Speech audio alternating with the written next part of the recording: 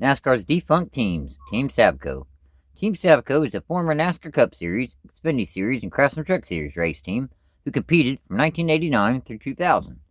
Several drivers spent time behind the wheel of one of the team's race cars, such as Kyle Petty, Kenny Wallace, Sterling Marlin, Wally Dallenbach Jr., Joe Nemechek, Kenny Irwin Jr., and Ted Musgrave, along with several others.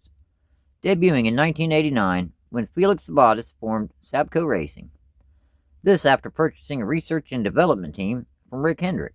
That first season in 1989, Sabco signed Kyle Petty to run two-thirds of the NASCAR Cup Series schedule behind the wheel of a number 42 peak antifreeze Pontiac. Gary Nelson served as Petty's crew chief starting in 1989, attempting 20 races, qualifying for 18 events, debuting at race 3 in Atlanta, starting 23rd and finishing a solid 4th. Petty's best start was 9th at Michigan in the late summer. His best finish was 4th in Atlanta in the spring. Overall, in 18 Cup Series starts, he scored 1 top 5 and 5 top 10s, finishing 30th in final Cup Series point standings. The 1990 NASCAR Cup Series season saw Kyle Petty return to the number 42 peak antifreeze Pontiac full-time. Sabco Racing took a huge step forward as far as how much more competitive they were on the racetrack this season, spending 6 weeks inside the top 5 and 26 weeks inside the top 10 throughout the season in points. Not only scoring the team's first pole, but also scoring the team's first victory. His best start was first twice, at Rockingham in the spring and North Wilkesboro in the fall. His best finish was first at Rockingham in the spring. Even with a solid season, 2 41st place finishes, the final 2 races, lost the team an almost certain top 10 points finish. Overall, in 29 starts, Petty scored 2 poles, 1 win, 2 top 5s, and 14 top 10s, finishing 11th in final Cup Series point standings. Sabco Racing signed a brand new primary sponsor to start the 1991 Cup Series season. Kyle Petty returned for what was intended to be another full-time season. He got off to a pretty solid start to the 91 season, before breaking his leg in an accident at Talladega in the spring, missing 11 races while injured. A few different drivers would serve as Petty's fill-in drivers in the meantime. Kenny Wallace made the next 2 starts. His best start was 15th at Dover in the spring. His best finish was 13th at Charlotte in the spring. For race 12 in Sonoma, road racing specialist Tommy Kendall made a one-off start in that number 42 Pontiac, and they were in contention for the victory until Kendall cut a tire and made contact with Mark Martin. He started 5th, led 12 laps, and finished 18th on the lead lap. Bobby Hillin Jr. would take over the number 42 Mellow Yellow Pontiac from race 13 at Pocono through race 20 in Bristol. His best start was 14th at Pocono in the summer. His best finish was 11th at Talladega in the summer. Kyle Petty returned to the number 42 Pontiac, starting at race 21, held at Darlington in the fall. His best start was first twice, at Rockingham in the spring and Darlington in the fall. His best finish was first at Rockingham in the spring. Overall, in 18 starts, Petty scored 2 poles, 1 win, 2 top 5s, and 4 top 10s, finishing 31st in final Cup Series point standings. In 1992, Kyle Petty returned to the number 42 Mellow Yellow Pontiac full-time. Robin Pemberton became his new crew chief starting in 92. This season started a bit inconsistent for Sabco, but the team turned things around by the halfway point in the season, moving from outside the top 10 all the way to the top 5 in points by season's end. Petty's best start was first 3 times at both Rockingham races, then Martinsville in the fall. His best finish was first twice at Watkins Glen in the summer and Rockingham in the fall. Overall, in 29 starts, he scored 3 poles, 2 wins, 9 top 5s, and 17 top 10s, finishing 5th in final NASCAR Cup Series point standings. Sabco began to grow the team, expanding to a 2-car operation starting in 1993. Again, finding success with their flagship number 42 Mellow Yellow entry, with Kyle Petty behind the wheel, spending 8 weeks inside the top 5 and 25 weeks inside the top 10 in points throughout the season. Petty's best start was first at Daytona in the spring, and his best finish was first at Pocono in the spring. Overall, in 30 starts, he scored 1 pole, 1 win, 9 top 5s, and 15 top 10s, finishing 5th in final NASCAR Cup Series point standings for the 2nd season in a row. Kenny Wallace joined Sabco Racing as the team's driver of their new number 40 Dirt Devil Pontiac. Jeff Hammond served as Wallace's crew chief in 1993. As Wallace said on the Dale Jr. download, he and Hammond were like oil and water, they just didn't mix well. Therefore, they didn't really find all that much success together. Wallace's best start was 14th at Michigan in the late summer. His best finish was 9th twice at Watkins Glen and Bristol in the late summer. Overall, in 30 starts, he scored 3 top 10s, finishing 23rd in final NASCAR Cup Series point standings. Wallace and Sabco parted ways at the conclusion of the season. For the 1994 NASCAR Cup Series season, Sabco remained a 2-car team until the conclusion of race 24 at Richmond. After that race, Sabco sold the number 40 entry to Dick Brooks. Bobby Hamilton became the new driver of the number 40 Kendall Pontiac. In those first 24 races, Hamilton qualified for 23 events. His best start was 7th at Richmond in the fall, and his best finish was 9th at Bristol in the spring. Overall, in 23 starts, Hamilton scored 1 top 10. Kyle Petty returned to the number 42 Mellow Yellow Pontiac full-time. Jim Long served as his crew chief in 1994. This was not nearly as strong of a season as they had the previous 2 years, only spending 5 weeks inside the top 10 in point standings throughout the season. His best start was 7th at Rockingham in the spring, and his best finish was 4th at North Wilkesboro in the spring.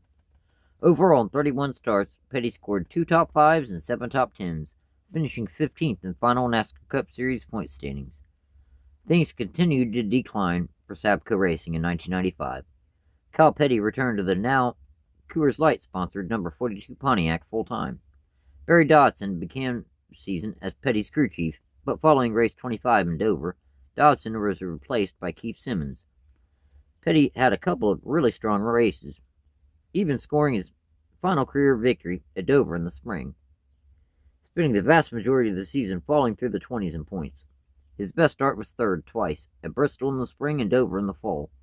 His best finish was 1st at Dover in the spring. They fell off so far in 1995 that Petty actually DNQ'd for the fall Bristol race. Overall, in 30 starts, he scored 0 poles, 1 win, 1 top 5, and 5 top 10s, finishing 30th in final NASCAR Cup Series point standings. Sabco Racing also debuted an Xfinity Series race team, a number 42 Band-Aid Pontiac. Bobby Hamilton attempted 5 races, qualifying 4 times. His best start was 12th at Daytona in the spring, and his best finish was 15th at Nashville in the spring. Kyle Petty's final season driving for Sabates was in 1996, the same season that he changed the team's name to Team Sabco. Petty's 96 was again a very inconsistent season, one in which he missed 2 races due to injuries. Suffered in Indianapolis, a wreck in which he broke 4 ribs, cracked 1 rib, had a bruised shoulder blade, right lung problems, and abdominal bruising, as well as missing the field for the season finale held at Atlanta Motor Speedway. Bill Woodruff and Bobby Kennedy both served as Petty's crew chiefs in 1996.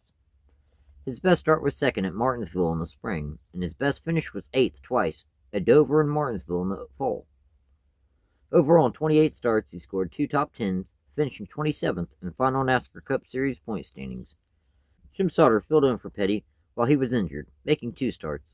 His best start was 30th, and his best finish was 21st, both coming at Michigan in the late summer. At the conclusion of the 1995 season, Sabates bought the number 40 team back from Dick Brooks. Near the end of 1996, a couple drivers made starts in the number 40 First Union Pontiac. Greg Sachs made 2 starts. His best start was 8th, and his best finish was 18th, both coming at Atlanta in the fall. Robbie Gordon made 2 starts, also in the number 40. His best start was 7th at Rockingham in the fall. He finished 42nd both starts after wrecking out of each event prior to the halfway point. Sabates fielded a Craftsman Truck Series entry, a number 42 entry, for 8 races. Jay Sauter made 7 starts for Sabates. His best start was 2nd, twice, at Colorado and Topeka in the early summer, and his best finish was 3rd at Topeka. Overall, in 7 starts, Sauter scored 2 top 5s and 5 top 10s. Robbie Gordon made a one-off start for Sabco's truck team as well, at North Wilkesboro in the fall, starting 6th and finishing 13th. Team Sabco went from 1 full-time entry and 1 part-time entry, all the way up to 3 full-time entries by race 9 in 1997. Joe Nemechek took over the team's flagship number 42 Bell South Chevrolet.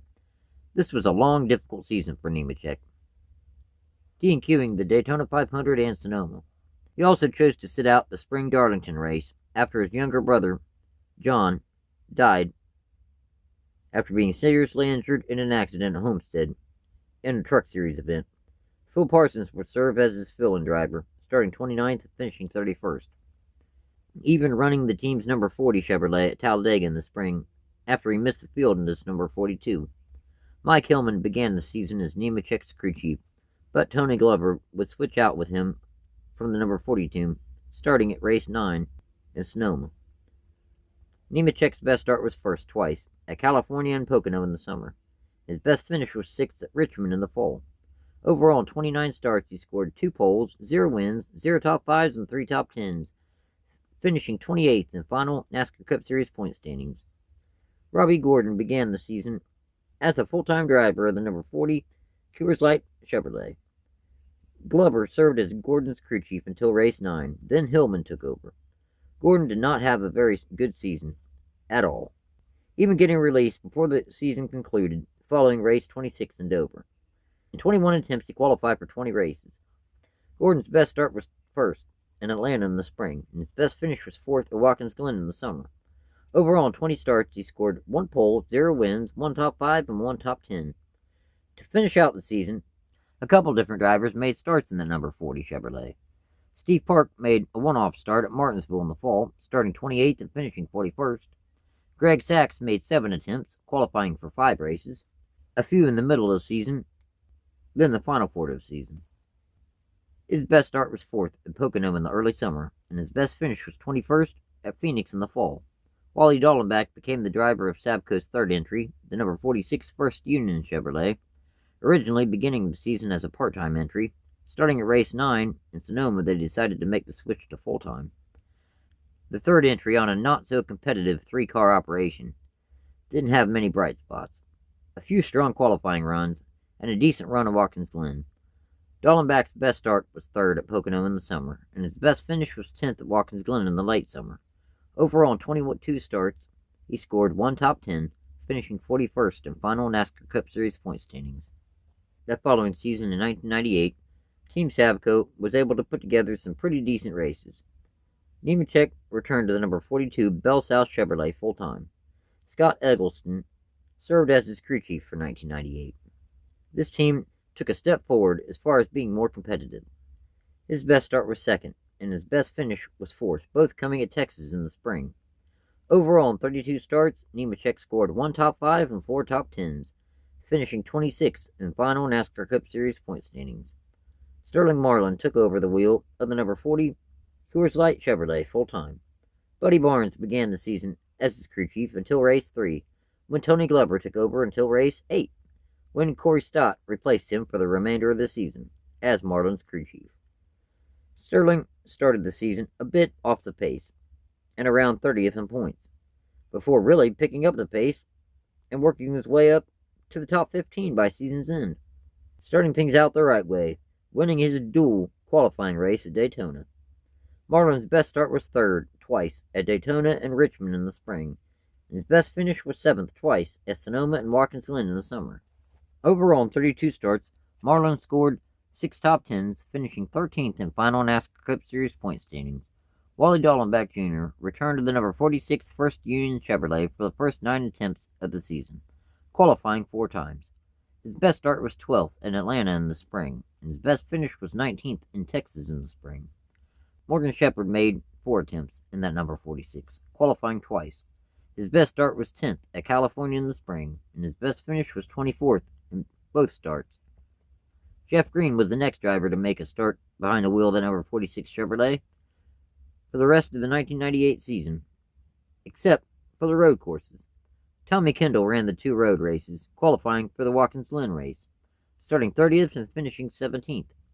Jeff Green made 19 attempts, qualifying 18 times. His best start was 5th at Indianapolis in the summer, and his best finish was 12th at Loudon in the summer. After a couple seasons trying to operate as a full-time 3-car operation, in 1999, Team Sabco cut back to only running 2 full-time entries and 1 part-time entry near the end of the season. Joe Nemechek returned to the number 42 Bell South Chevrolet for his 3rd and final season. Scott Eggleston began the season as his crew chief, but was replaced by Tony Glover starting at race 13 in Dover. Other than some excellent qualifying runs, Nemechek only had a few strong runs, including his first career NASCAR Cup Series victory at Loudon. His best start was first, 3 times, at Daytona in the summer, then Martinsville and Talladega in the fall. His best finish was first at Loudon in the fall. Overall, in 34 starts, he scored 3 poles, 1 win, 1 top 5, and 3 top 10s, finishing 30th in final NASCAR Cup Series point standings. Sterling Marlin returned to the number 40 Coors Light Chevrolet full-time.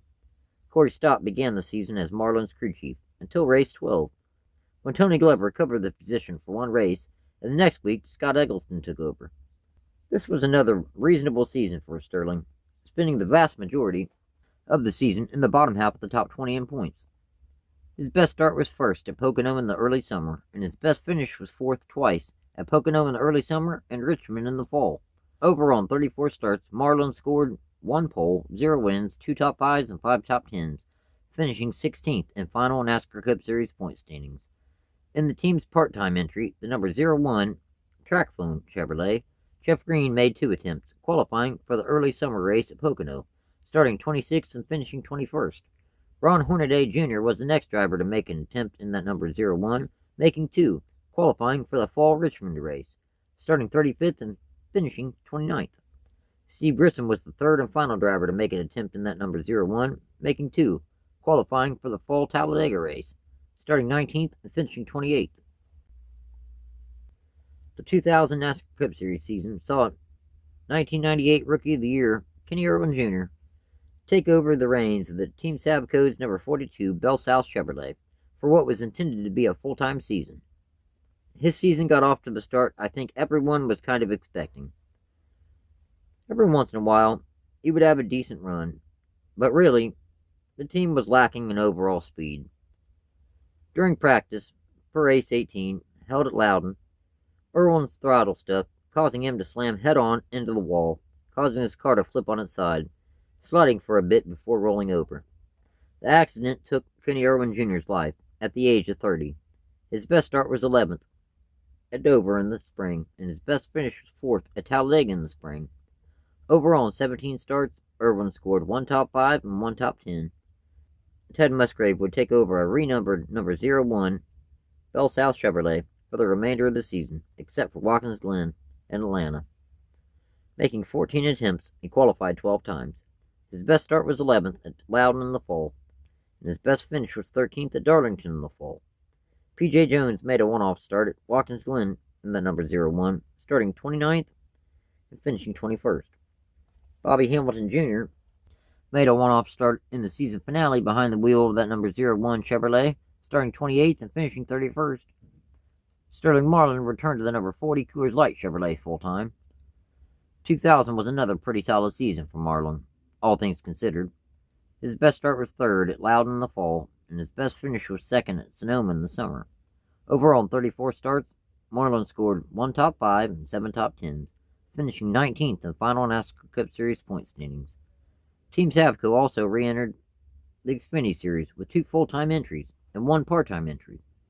Blaze Alexander was behind the wheel of the number 81 Trackflown WCW Chevrolet full-time. Ben Holmes served as his crew chief in 2000. Outside of a couple top 10s, Alexander really didn't have a very productive season. His best start was 6th at Rockingham in the spring, and his best finish was 7th in Atlanta in the spring. Overall, in 31 starts, Alexander scored 2 top 10s, finishing 25th in final Xfinity Series point standings. Dave Steele began the season as the driver of the number 82 Channel Lock Chevrolet, but after DNQing 3 times in a row, he was let go after missing the spring Darlington race. His best start was 18th, and his best finish was 23rd, both coming at Daytona in the spring. Sterling Marlin made a one-off start in the number 82 at Bristol in the spring, starting 16th, leading 98 laps en route to winning the race. Derek Gilchrist was the next driver to make a start in that number 82 Chevrolet. His best start was 34th at Talladega in the spring, and his best finish was 27th in Nashville in the spring. Glenn Allen Jr. made the next 5 starts for Team Sabco in their Channel Lock ride. His best start was 25th, and his best finish was 29th, both coming at Charlotte in the spring. Jason White made the next 2 starts behind the wheel of the number 82 Chevrolet. His best start was 40th, and his best finish was 21st, both coming at South Boston in the summer. At Watkins Glen, Anthony Lazzaro served as Team Sabco's driver of the number 82 entry, starting 31st and finishing 16th. Andy Houston started 29th and finished 16th in Milwaukee in the summer in that number 82. The next driver to make a couple starts was Austin Cameron. His best start was 38th, and his best finish was 35th, both coming at Pikes Peak in the summer. Ted Musgrave made 9 starts in the number 82 Chevrolet. His best start was 9th twice, at IRP in the late summer and Richmond in the fall. His best finish was 8th at Charlotte in the fall. Marty Houston made the final 3 starts of the season behind the wheel of their number 82 entry. His best start was 17th, and his best finish was 14th, both coming at Homestead in the fall. Overall, in 30 starts, that number 82 entry scored 0 poles, 1 win, 1 top 5, and 2 top 10s. Kenny Irwin Jr. made the first 11 attempts, qualifying 9 times, behind the wheel of the number 42 Bell South Mobility Chevrolet. His best start was 5th at Bristol in the spring, and his best finish was 9th at Talladega in the spring. Overall, 9 starts, Irwin scored 2 top 10s. Stedman Marlin made a one-off start in the number 42 at Nashville in the spring, starting 42nd and finishing 30th. Following Irwin's death, the team also renumbered the Xfinity Series number 42 to the number 01. Sterling Marlin made 5 attempts, qualifying 3 times in the number 01. His best start was 6th, and his best finish was 5th, both coming at Bristol in the fall. Overall, in 3 starts, he scored 1 top 5 and 2 top 10s. Stedman Marlin attempted but missed the field for the fall race at Memphis. Prior to the 2001 NASCAR Cup Series season, Chip Ganassi bought 80% ownership interest in the 2-car operation, forming Chip Ganassi Racing with Felix Sabates. The same season, they switched from Chevrolet to Dodge. Sterling Marlin would find success almost immediately with the manufacturer change, winning a couple races on his way to finishing 3rd in point standings in 2001. So, in 586 NASCAR Cup Series starts, Team Sabco scored 15 poles, 7 wins, 33 top 5s, and 104 top 10s, with the best points finish of 5th, twice, by Kyle Petty in 1992 and 1993.